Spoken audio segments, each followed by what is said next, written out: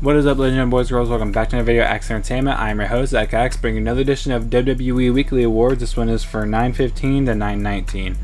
Now, this one's coming out a little bit later. It's just because kind of been feeling like Weekly Awards is just something that's a little too long recently, and it's like a series that I want to continue to do, but I think sometimes it's a little bit, like I said, too long. So we have a new system for Weekly Awards. We're going to just give out all 5 awards back to back to back to back to back. And then after that, we are going to discuss a couple things. Anybody that's here strictly for the awards, you can watch the awards right away. And then we can go into discussing. So anybody that wants to stay for that after, you can. But I'm going to try to make this, make weekly awards a little bit more accessible to people. So it's going to be a little bit shorter, hopefully, going forward. Overall, this week in wrestling was pretty okay. I think Smackdown and Raw are both okay, while NXT was pretty fun because it was NXT Homecoming. So let's get right into the awards. For male MVP, I'm going to give honorable mention to Penta for winning his match against Kofi Kingston. He had a crazy Mexican Destroyer springboard move. Sami Zayn for beating Carmelo Hayes, and Ethan Page for beating Tyler Breeze. But I'm going to give this to the guy I just said, and that's Carmelo Hayes. Carmelo Hayes may have lost to Sami Zayn on SmackDown in the Open Challenge, but overall, he won on NXT. A little bit help from The Miz, but he won on NXT over DIY with Trick Williams on his team. And literally a couple nights later on SmackDown, he has a great match against Sam. Even though he didn't win, he still won a match this week and had a great match on SmackDown, so he's pretty much easily winning this award. Our next award is Female MVP, and I'm going to have honorable mentions to Alexa Bliss, Charlotte Flair, Rhea Ripley. Lyra Valkyria was very close to winning this because she did win 2 matches this week, but I'm going to give the award to Stephanie Vauquer, who also won 2 matches this week. Of course, Lyra was able to knock off Roxanne Perez and then win the 3-on-3 on NXT, while then we had Stephanie Vauquer winning against Kairi Sane and then the 3-on-3 on NXT. So it really came down to the Raw matches. I just think Stephanie's was better, and the win over a bigger opponent as of right now. I think she's the bigger opponent. Storyline wise, so I'm going to Stephanie Vauquer this award. I think both matches were very good. I think the match on NXT was pretty good, and I think the match on Raw was, I think it's an honorable mention for match of the week, so it was a pretty good match. So Stephanie Vauquer winning this, we're winning 2 matches this week. Very, very dominant stuff from Stephanie. For honorable mentions for match of the week, I'm going to give it to Penta and Kofi, who had a pretty good match on Monday Night Raw. And I'm going to give honorable mention to Paige versus Breeze on NXT. And then also an honorable mention to, of course, Stephanie Vauquer versus Kairi Sane on Raw. That match was pretty good also. But I'm going to give this award to Carmelo and Trick versus DIY. That's right, Carmelo Hayes is actually winning double awards this week for winning male MVP, and he's winning match of the week for this match. This match overall was very good, of course, NXT Homecoming, having DIY and Carmelo Hayes down there.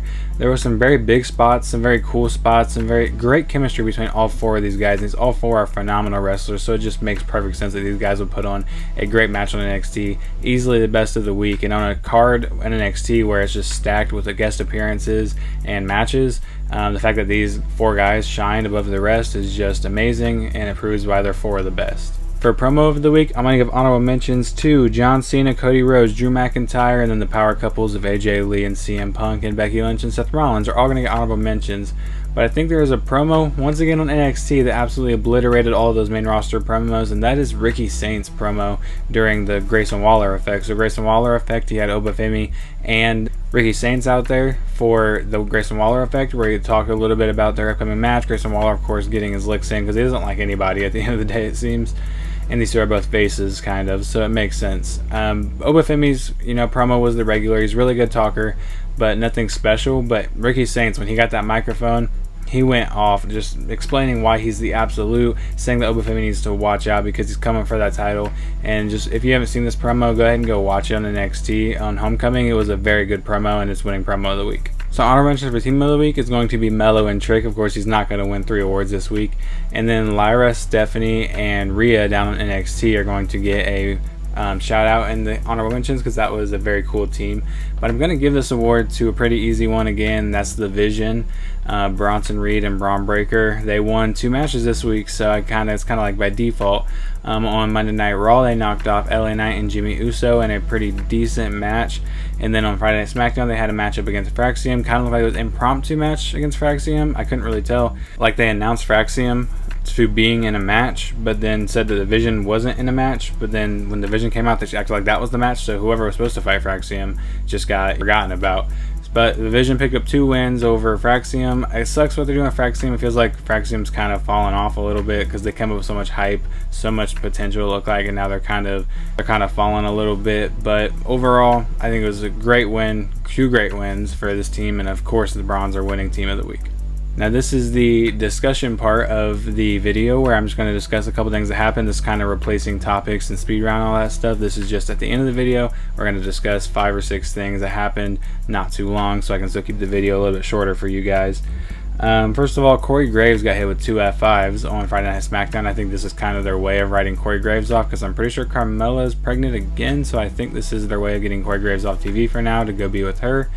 And yeah, I can't believe they let him take 2 F5s though. Like, you'd think a guy that has a history of neck problems, who hasn't been in the ring since like 2014, you think the last guy they'd let you get in the ring with is Brock Lesnar. But I mean, they did the same thing to Daniel Bryan when Daniel Bryan came back from injury. One of the first guys, not first guys, but one of the guys he faced was Brock Lesnar, and it's just crazy to watch people that have surgically repaired necks get dropped on their necks by Brock Lesnar. Joe Hendry is officially signed to WWE. That's insane news, and I'm so happy for a couple different reasons. First of all, I am a action figure collector. If you can't tell, I got some hanging up there, and I got a ton of wrestlers, and I really want a Joe Hendry figure because he's so cool and so awesome, and I love him. And then also, that means we're probably going to get him in 2K games. I play a lot of 2K WWE games, and I have, custom Joe Hendry on there, but he doesn't have the theme song, and the theme song is one of the best parts about Joe Hendry, so I'm really excited because we're going to get so much stuff Joe Hendry very quickly, I'm sure. We already had merchandise on WWE.com before he was even signed, but Bobby Roode kind of announced the signing down there on NXT, and I think that maybe after maybe even a year in NXT, if that, I think he should be on the main roster because I think there's so much potential for Joe Hendry on the main roster, and I'm super excited for that. This open challenge thing is not as fun as I was hoping it was going to be. So when it first got announced, I was like, it's so cool. I'm so glad we're getting an open challenge, and from Sami Zayn for the US title, it's going to be so cool. And then their first 2 open challenges, the first one was Rey Fenix, which was spoiled backstage that Rey Fenix was accepting the open challenge, so that wasn't really how an open challenge is supposed to work. And then this week they just announced that Carmelo Hayes was the challenger, so I'm really hoping as we continue we stop this announcing who the open challenge is before, because if you continue to do that, I feel like when you finally have a surprise for us and you don't tell us that they're who it's gonna be beforehand, we're gonna know it's a surprise, and we're not gonna be as surprised as if you just let Sami come out to the ring and then be answered by Rey Fenix or Carmelo Hayes or whoever ends up challenging him. So I really think that we should maybe rework the way we're doing these Sami US Open challenges. The Street Profits are apparently fighting. I didn't know this was a thing. I didn't know if they started fighting on something I just missed. Maybe it was like an interview that I had to watch a commercial for or something, but they started fighting backstage again, and B-Fab was trying to make them feel better. It was like, come on, you guys are besties. And I think this is great because I really want the Street Profits to break up, not because they're a bad team. I think they're a very good team. It's that I think they have so much potential by themselves, especially Montez. I think Dawkins, if they had broke them up when everyone wanted to break them up, Montez would be on, and a mid-card champion right now probably, while Angelo Dawkins probably would have got released. But now that they stayed together, Angelo Dawkins has raised his stock a lot more, and he looks a lot better and more fluent in the ring. And it looks like they're going into a feud with the White Six, so I doubt they're going to break up. But the funny thing is, and my girlfriend actually pointed this out, so shouts out to my girlfriend for this one. She said that why is the Wyatt Six going after Street Profits and trying to get them to break up, get in their head, because that's what they were doing backstage when Bo showed up. Even though when they first debuted and came back, or debuted I guess I should say, as a group, they were targeting people that were turning on their family. That was the Chad Gable thing, that was the Miz thing. They were targeting people with, if you turn on your family, that was a bad thing. But it looks like that got dropped, and now instead they're trying to make the family turn on each other. So yeah, my girlfriend pointed that out, and I was like, that's a good point, I'm going to mention that. Finally, let's just run through a couple of the big names that we did not know about on NXT that showed up. So we got Finn Balor showing up to coup de grace Lexis King, and I think it's so funny how Finn Balor just flips. Like on Raw, he's this conniving, evil heel in a group, and then when he comes out on NXT, he comes out and he just good guy, gets a big pop, the crowd, doing the thing with him. And it's just so funny. I wish we could get NXT Finn Balor back on the main roster.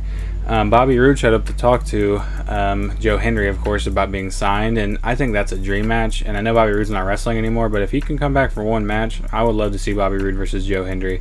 I feel like they're kind of in the same font, if that makes sense, and I really would love to see that match.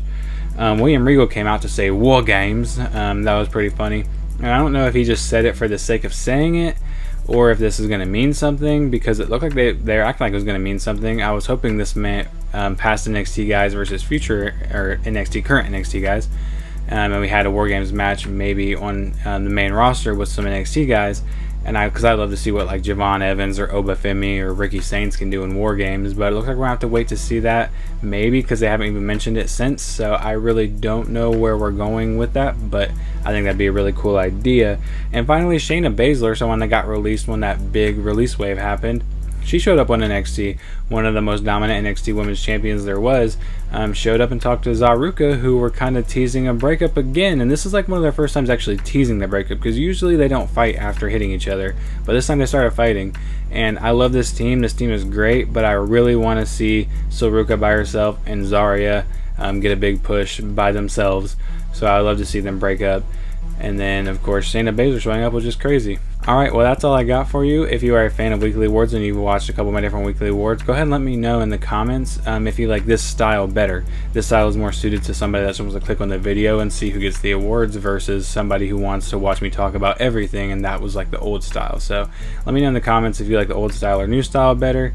I'm going to go with this one for now to try to make the video shorter, and I'm rambling now, so it's not going to be shorter, you know. But I do appreciate that. I do appreciate you guys watching and sticking with me. I love all you guys. So while you're down there, yeah, comment which one that you like better, if it was my new weekly awards format like this one, or my old school one. And maybe if the old school one gets some love, we'll go back to that, but I think we're going to stick with this one for now. Hopefully this gives me more time to put out more different content, which is what I'm really hoping for here on YouTube. But thank you guys for watching. I love you guys. Go ahead and like the video for me, subscribe, ring the bell if you want to know if I drop a video like this one, and I will see you guys in the next one. Peace. This happened if I had real tough love. I'm bad at this, and I'm bad for this. Narcissistic tendencies, I don't care about no one else. Narcissistic tendencies, I'm low, so set me on the shelf. Few people ever have my back, yeah, there ain't no doubt about that. During the Grayson Waller effect, we had a cool little moment where Obafemi was talking, you know, doing his regular Obafemi stuff, saying, you know, that you're not going to take this title. But then when Ricky Femi stood up, did I say Ricky Femi? Ricky Femi.